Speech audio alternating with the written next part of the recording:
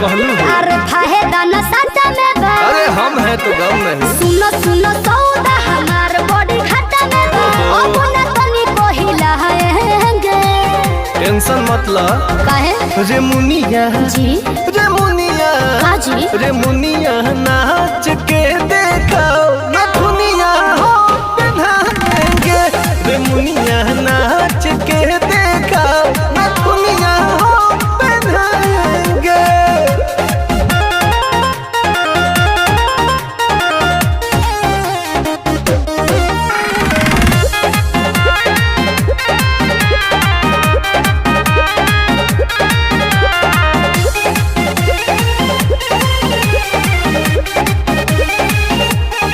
नचत नाचत हमारा लाग गइल छोटवा हो।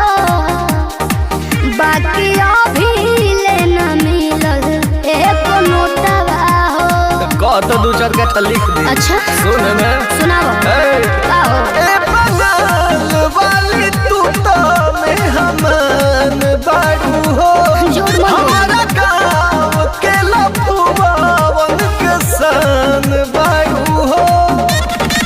अब न कबो एने आएंगे। काहे हो? ओ सही रे मुनिया का हो? रे मुनिया का जी? रे मुनिया नाच के देखाओ ना दुनिया हम पहनाएंगे। रे मुनिया नाच के देखाओ ना दुनिया हम पहनाएंगे। जोर तो नहीं बोलो। रे मुनिया रे मुनिया रे मुनिया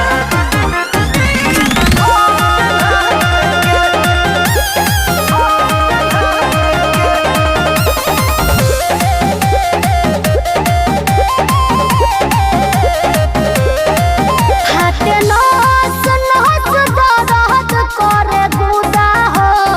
अच्छा तहारा गहुआ के लोग बाबे हुदा हो। ओए जबान संभाल के। न त का करबो? तोहसे करी नाही विजय बारियारी जानू हो। अच्छा एही से बैठल बानी मंच के कगरियान हो।